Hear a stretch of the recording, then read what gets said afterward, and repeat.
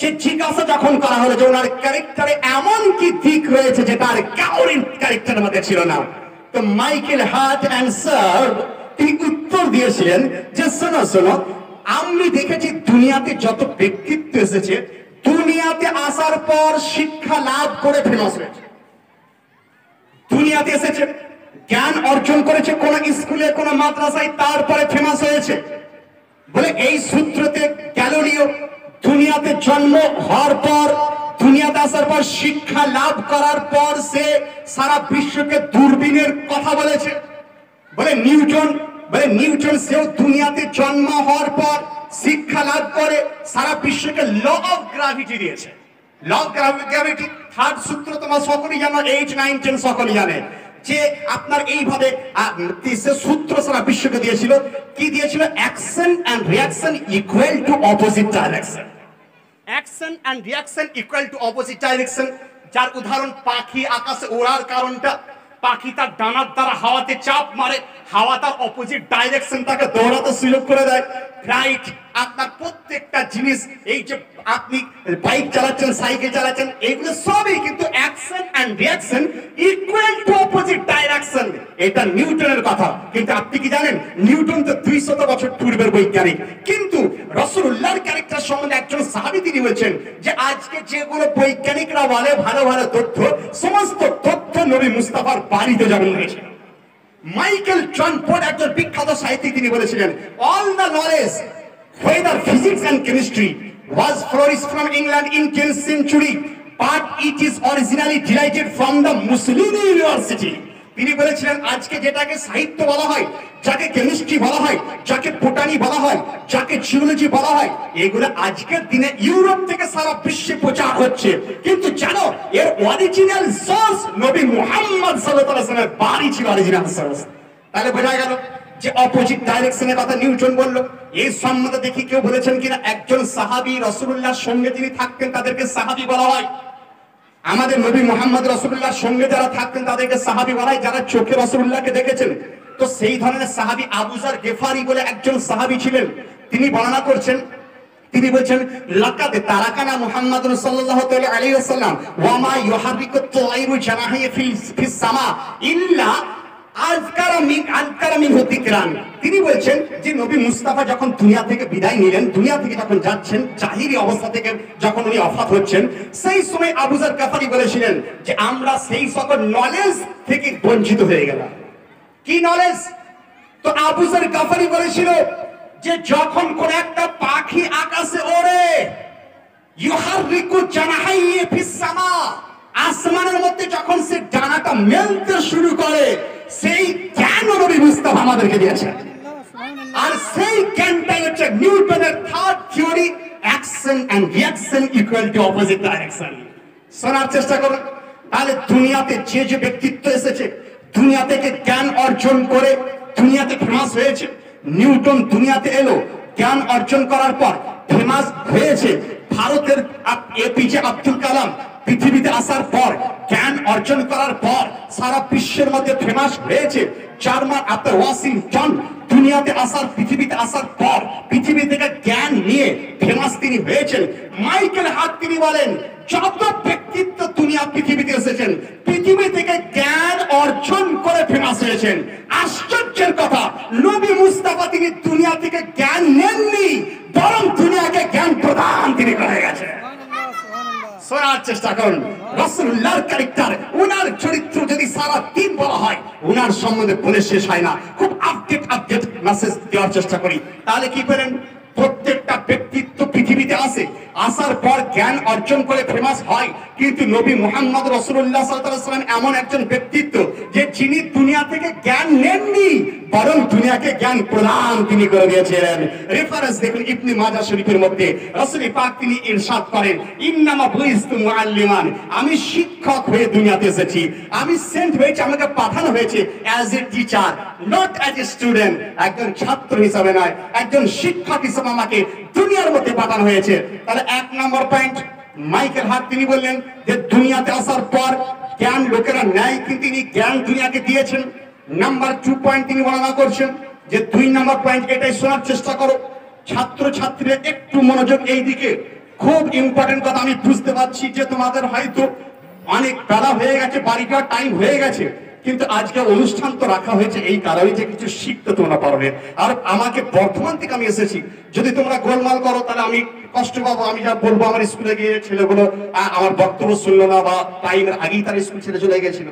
অতএব এইসব করো না, চুপচাপ শোনার চেষ্টা করো। যারা দৌড়াদৌড়ি করছে একটু বসে যাও, খুব কম সময়ের মধ্যে আরো কিছু কথা তোমাদের বলে ইনশাল্লাহ আমি আমার বক্তব্য লাস্ট পয়েন্টে নিয়ে চলে যাবো। দুরূদ শরীফ পড়ুন। আল্লাহুম্মা ठीक है सर, ठीक है, ठीक है। क्या बजे तक चला है तकरीबन? সাল্লাল্লাহু তাআলা সাল্লাম। এরপরে মাইকেল হার্টের দ্বিতীয় পয়েন্ট, ঠিক আছে, তৃতীয় পয়েন্ট বলার পূর্বে একটা ভারতের মেসেজ দিয়ে দিই।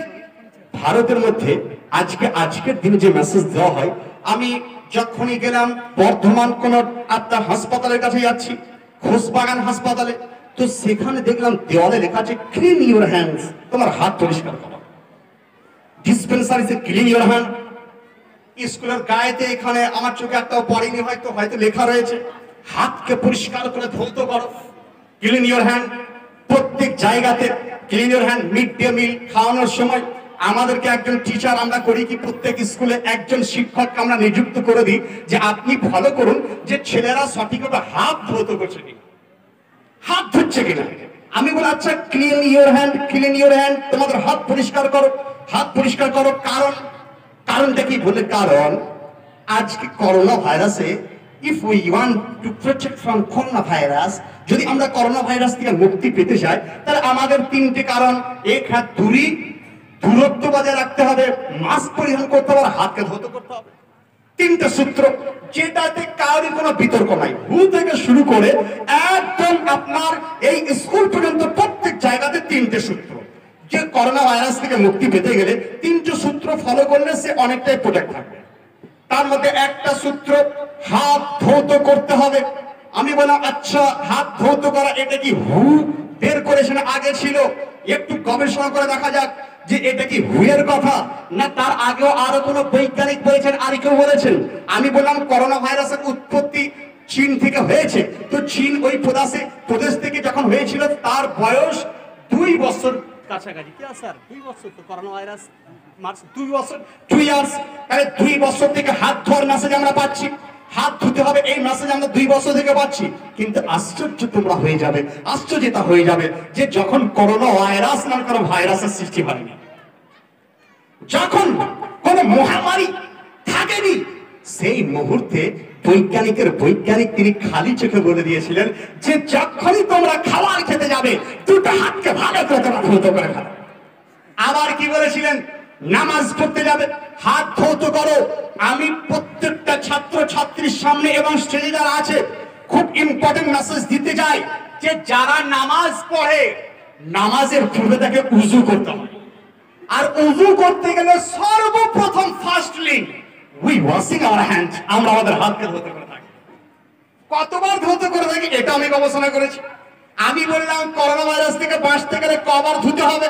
তো ডাক্তার বললো যে যখন তুমি বাইরে থেকে বাড়ি ফিরবে এসি হাতকে ধৌত করো। তাহলে ধরুন সাপোজ আমি বাড়ির বাইরে 2 বার গেলাম, তো 2 বার হাত ধৌত করলাম, 3 বার গেলাম 3 বার ধৌত করলাম, আর বাড়ির বাইরে গেলাম না, হাত ধৌত করা প্রয়োজন নাই। তাহলে হাত ধৌত করা এটা করোনা থেকে বাঁচার জন্য বাড়ির বাইরে থেকে এলেই ধৌত করতে হবে। কিন্তু জানেন আমাদের প্রফেট কি বলেছিলেন?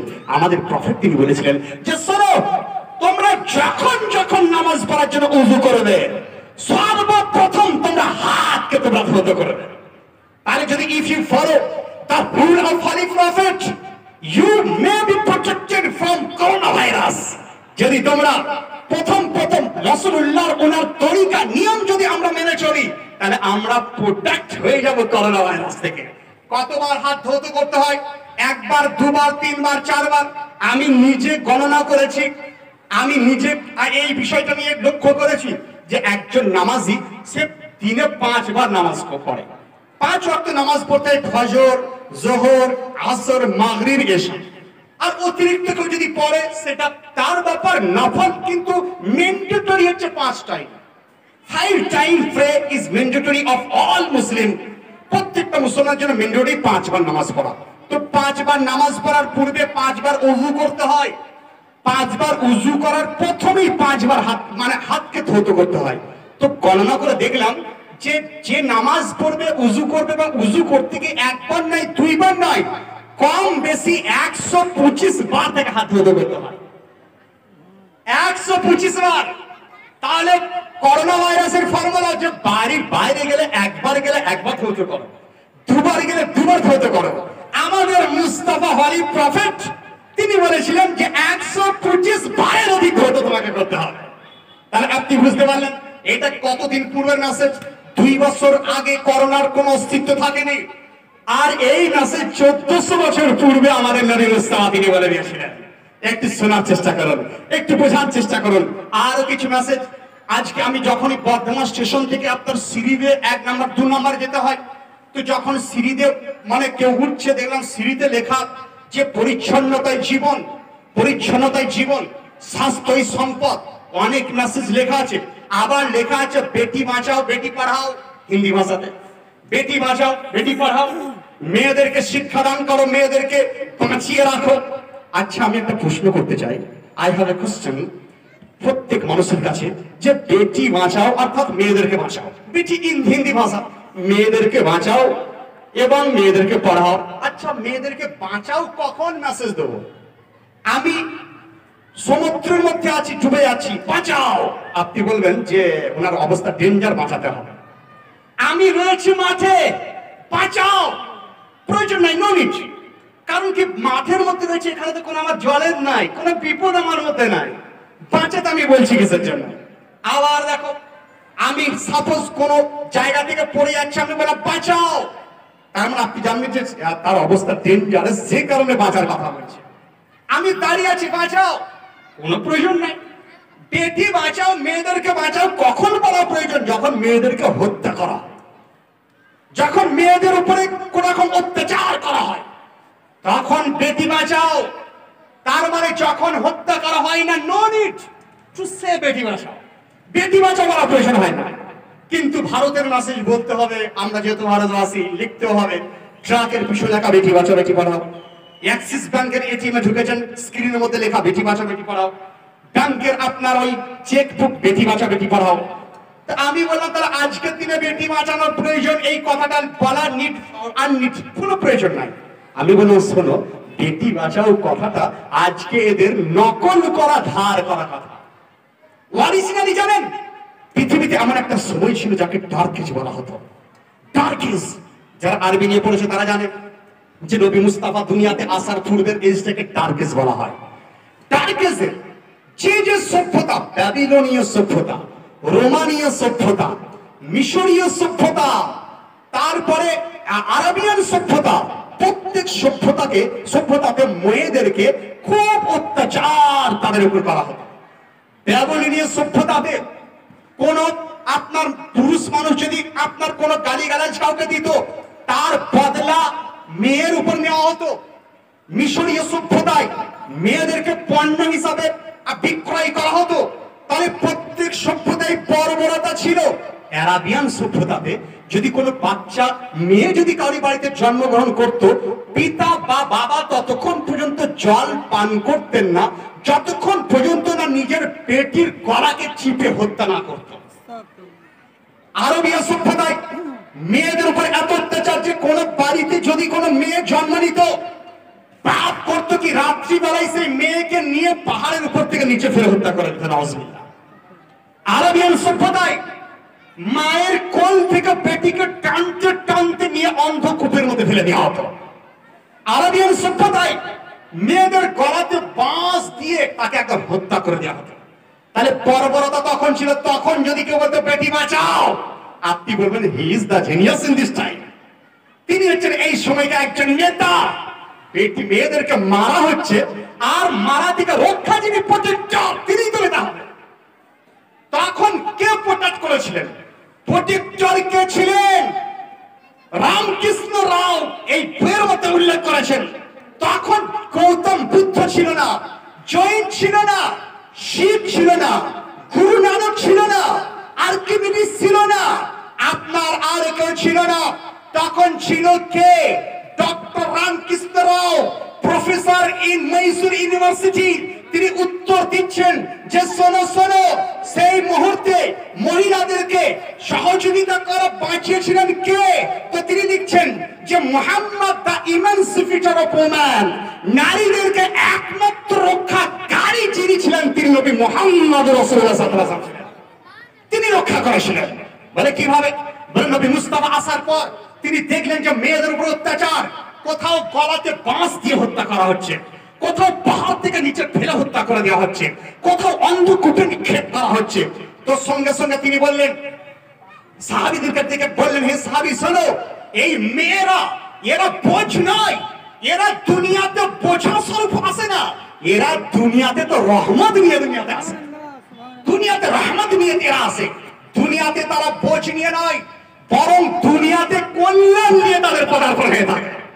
রাসূল পাক তিনি ইরশাদ করলেন, সাহাবীদেরকে বললেন, সাহাবী ওই দেখো দূরে একটা বাড়ি, আমি দেখছি সেই বাড়ির উপরে মুসলধারে আল্লাহর রহমতের বর্ষণ হচ্ছে।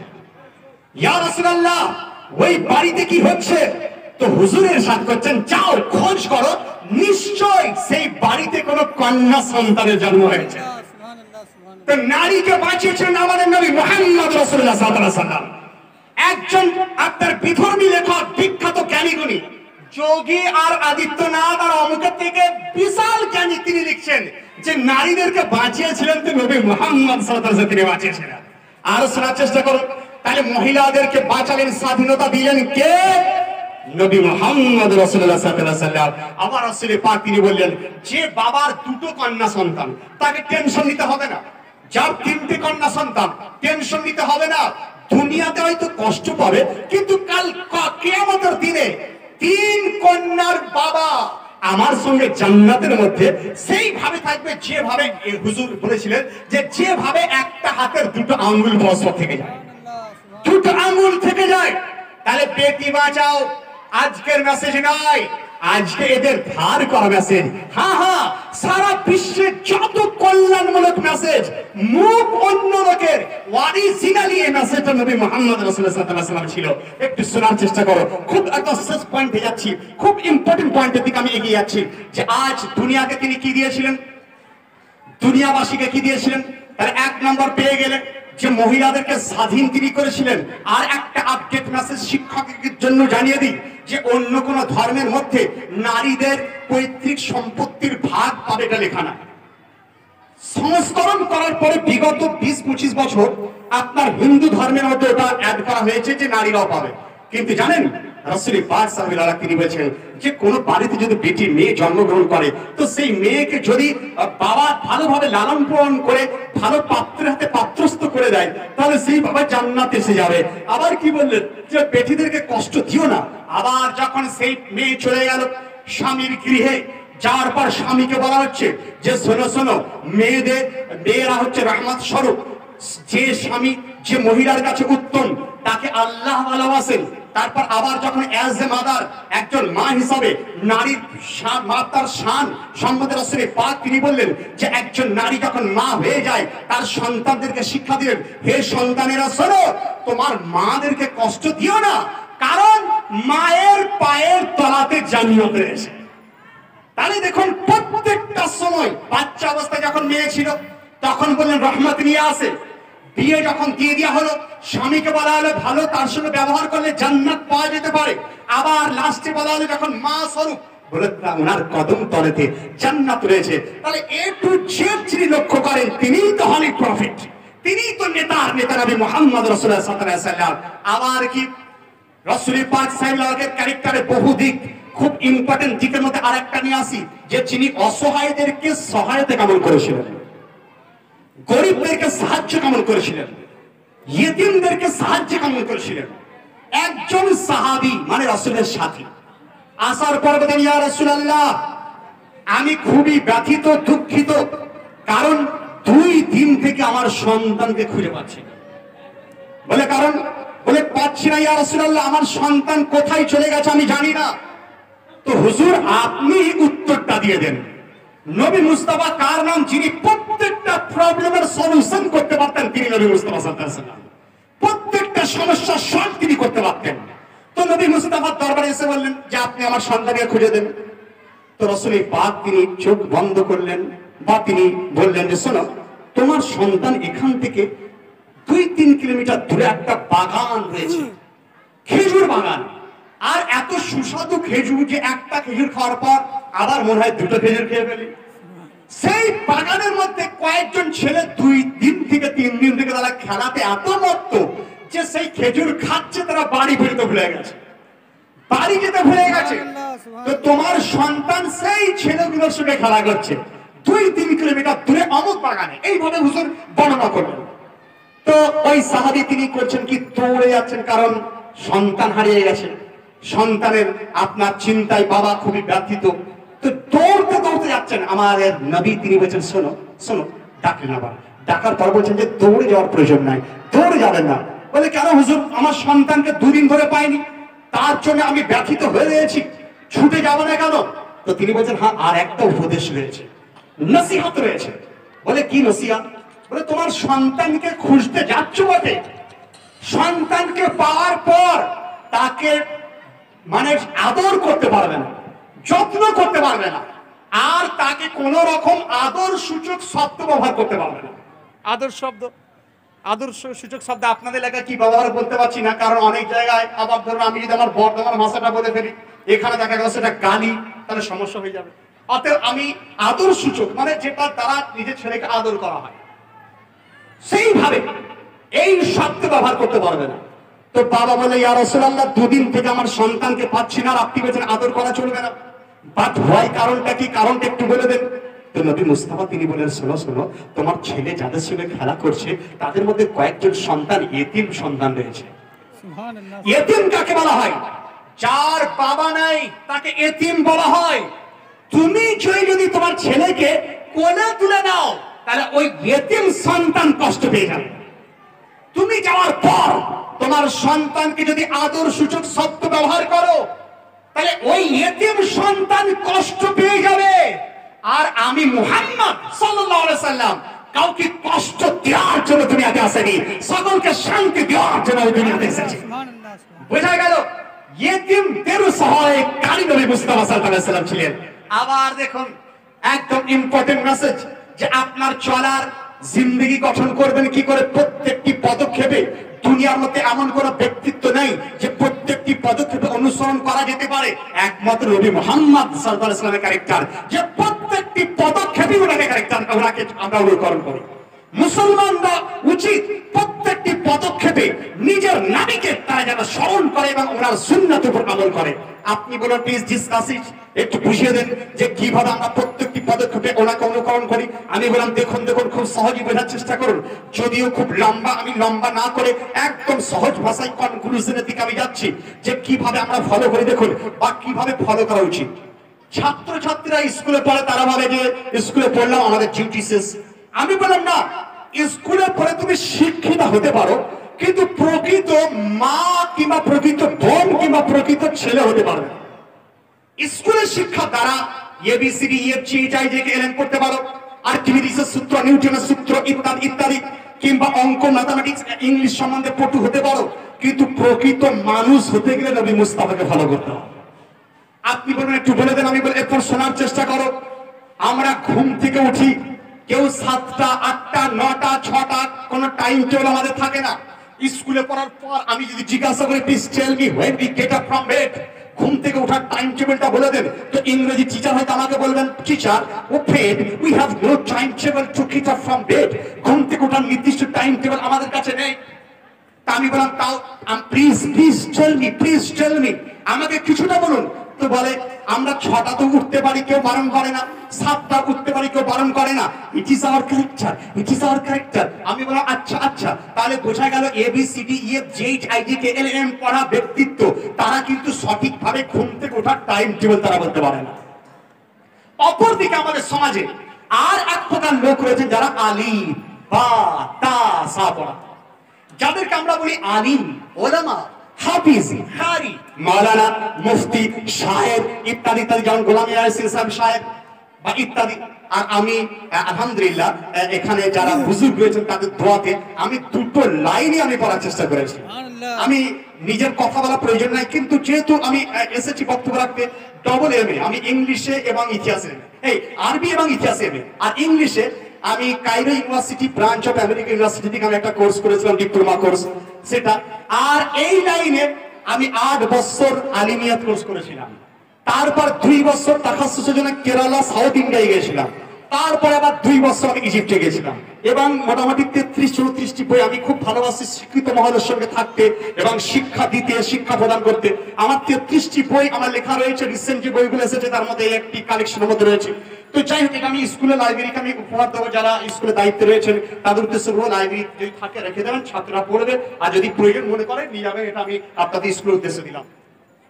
তো যাই হোক, তো তাহলে আলিফ বা তাসা পড়ে তাদেরকে আলিম বলি, হাফেজ বলি, মাওলানা বলি, কারি বলি। আর এবিসিডি এইচ পড়ে তাদেরকে মাস্টার, প্রফেসর, লয়ার, ব্যারিস্টার ইত্যাদি ইত্যাদি আমরা বলি। তা আমি বললাম, আচ্ছা কোন লাইনটা সবচেয়ে বেশি সুদূর? যদি দুটোই তুমি পড়তে পারো তাহলে তুমি তো কমপ্লিট ম্যান একজন হতে পারো। দুটো দিকে যদি অ্যাডজাস্ট তোমার কাছে হয়ে যায় তাহলে তোমার লাইফও তো গড়ে উঠে যাবে সম্পূর্ণ সুন্দরভাবে। তো এরপর এবিসিডি কে জিজ্ঞাসা করলাম যে তাহলে ঘুম থেকে ওটা টাইম টেবিল বলতে পারলেন না?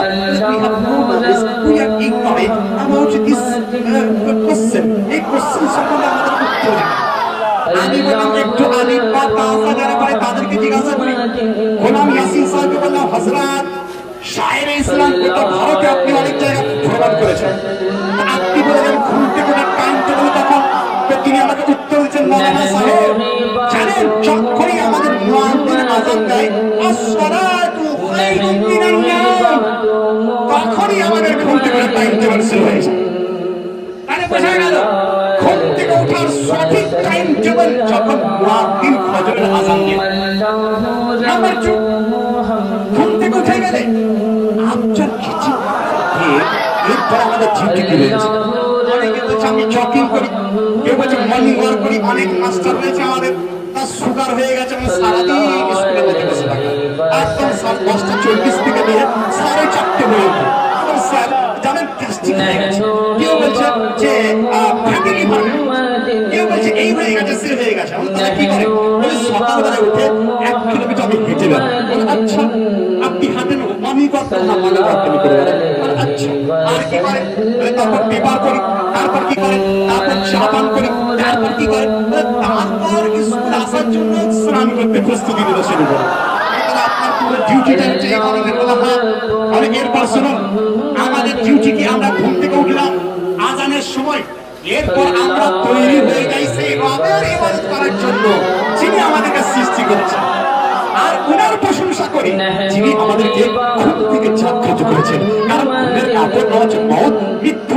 মৃত্যু থেকে আমরা আবার জেগে উঠেছি, যে কারণে কোরআন ইয়াসিন সাহেব আমাদেরকে শিখিয়ে দিলেন যে পড়ুন আলহামদুলিল্লাহি আহইয়ানা বা'দা মা আমাতানা ওয়া ইলাইহিন নুশুর। প্রশংসা সেই রব্বুল আলামিনের জন্য যে রব্বুল আলামিন আমাদেরকে ঘুম থেকে, মৃত্যু থেকে আবার জীবিত তিনি করে দিয়েছেন। তাহলে বোঝা গেল টাইম টু টাইম ইসলাম সাথ দিচ্ছে। এরপর আপনি করবেন কি, মাওলানা সাহেব এরপর করতে হবে কি, আমরা নামাজ আমরা পড়ি, প্রার্থনা আমরা করে দিই। এরপর করবেন কি, বলে আমরা খাবার যখন খেতে যাই, যে যেমন করে ধরে বলছি কারণ আমি সকাল থেকে শুরু করতে করতে চাই, আপনার সারা দিন শেষ হয়ে যাবে। টাইমের পূর্বে আমি বক্তব্য শেষ করবো। খাবার পূর্বে রাসূলের পাক তিনি বললেন খাবারের পূর্বে হাতে ধুতে করে থাকো, হাতে ধুতে করে ফাসাই তো পেলে। আর যেটা সবচেয়ে ইম্পর্টেন্ট দিক, যে খাবার পূর্বে পরিষ্কার করে হাত ধুতে করে। দেখো প্রাইজও তিনি দিয়ে দিলেন।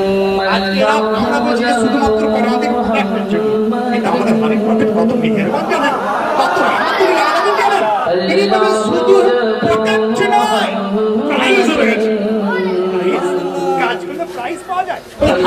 প্রাইজ এটাই, যদি কোনো ব্যক্তি সালাম তাতে আব্দুল গফফার কোন একটা স্টুডেন্ট উত্তর লক্ষ্মীপুর স্কুলের যদি সাব স্টুডেন্ট কোন ছাত্র যদি পেয়ে থাকে, সেও যদি খাবার পূর্বে দুটো হাতকে ধরতো, একদম দুটো হাত কবজি বুঝে ভালো করে ধরতে পারে খাবার পূর্বে, তার প্রাইজ কি?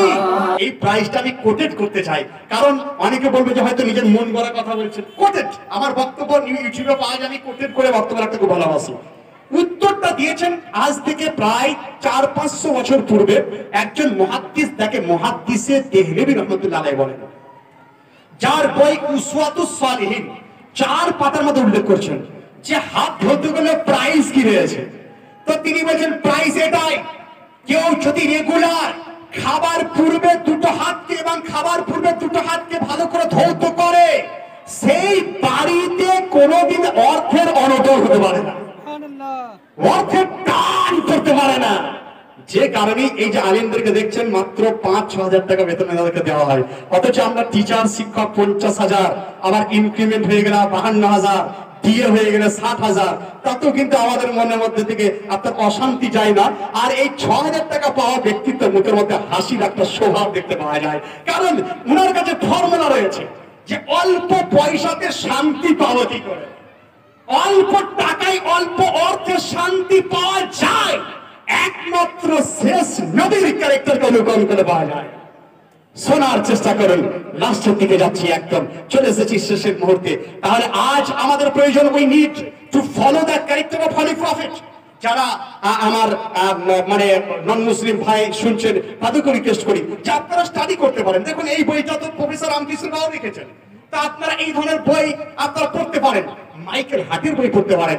এমনকি জর্জ বাটলার শ তিনি কি বলেছিলেন জানেন? তিনি বলেছেন if any religion has ruling over England within that 100 years it could be Islam. তিনি বলেছেন যে 100 বছরের মধ্যে আবার যদি সারা বিশ্বে শান্তি আনতে পারে তো একমাত্র ইসলাম ধর্মই শান্তি আনতে পারবে। গান্ধীজি কি বলেছিলেন জানেন? গান্ধীজি বলেছিলেন যে আমি ভাবলাম যে ইসলাম হয়তো প্রচার হয়েছে তলোয়ারের দ্বারা, কিন্তু যখন স্টাডি করলাম, কোরআন পড়লাম, জানলাম যে হাতের তলোয়ার নয়, ইসলাম প্রচার হয়েছে মুস্তাফার সঠিক ক্যারেক্টারের দ্বারা। তাহলে বোঝা গেল যে রাসূল পাকের ক্যারেক্টার সম্বন্ধে সারা বিশ্বের মনীষী তারা ইসলামকে জানতে শুরু করে দিয়েছে। অতএব আপনারাও পড়ার চেষ্টা করুন, জানার চেষ্টা করুন। ইসলাম সম্বন্ধে যত জানবেন তত আপনার জ্ঞান আপনারা খুলে যাবে।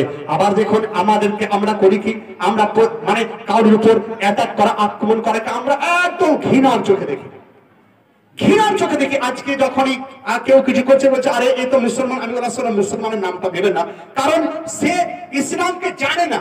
সে যদি ভুল কাজ করে মুসলমানের সঙ্গে সম্পর্ক আলোচনা করতে যাচ্ছ, মুসলমানের সঙ্গে নয়, কারণ ইসলাম ধর্ম তো সেই ধর্ম। কোরআন বলে ইন্না দীনা ইনদাল্লাহ ইসলাম, ইসলাম হচ্ছে সঠিক ধর্ম, সর্বশ্রেষ্ঠ ধর্ম। কোরআন শরীফে বলা হয়েছে।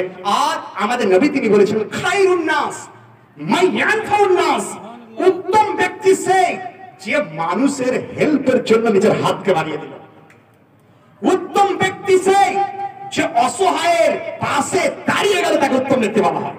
উত্তম ব্যক্তি সেই যে ব্যতীত ব্যক্তির পাশে ব্যথাকে অনুভব করে, তাকে উত্তম ব্যক্তি বলা হয়। উত্তম ব্যক্তি সে নয় 50,000 টাকা বেতন, পাশে একটা ছেলে আত্মনাদ করছে, নাকে রুমাল দিয়ে চলে গেলাম, উত্তম ব্যক্তি তাকে বলা যায় না।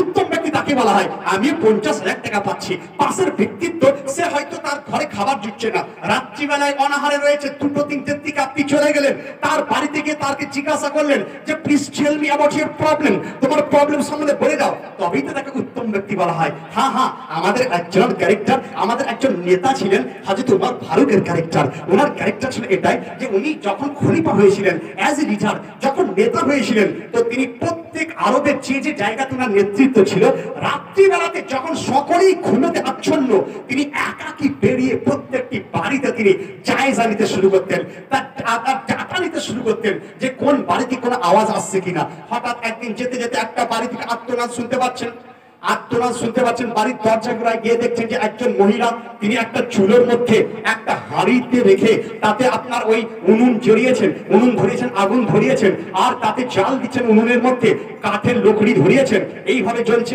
আর পাশে 2-3টে বাচ্চা তারা চিৎকার করে কান্না করছে।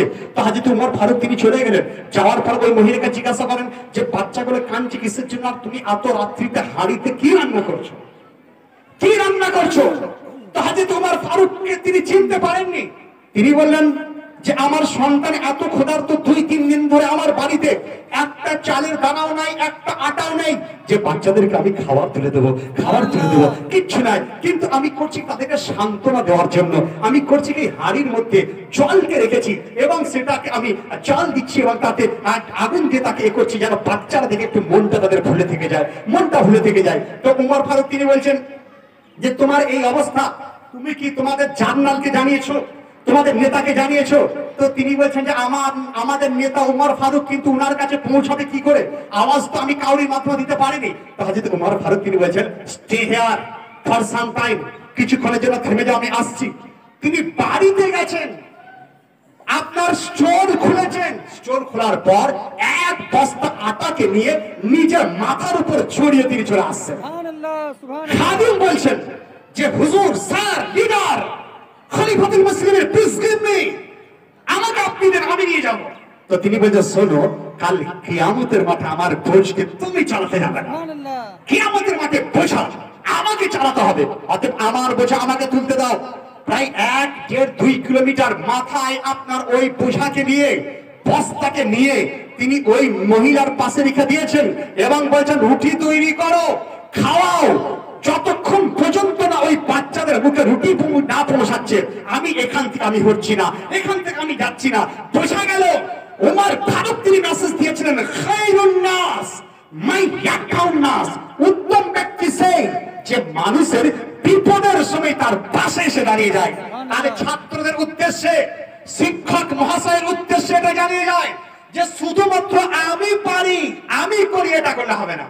সকলকে নিয়ে আপনি আপনার চলার চেষ্টা করুন, তা দেখবেন যে আপনার সমাজের মধ্যে উন্নতি হয়ে যাবে, সকলের মধ্যে আমরা উন্নতি হয়ে যাব, আমাদের ক্যারেক্টার উন্নতি হয়ে যাবে।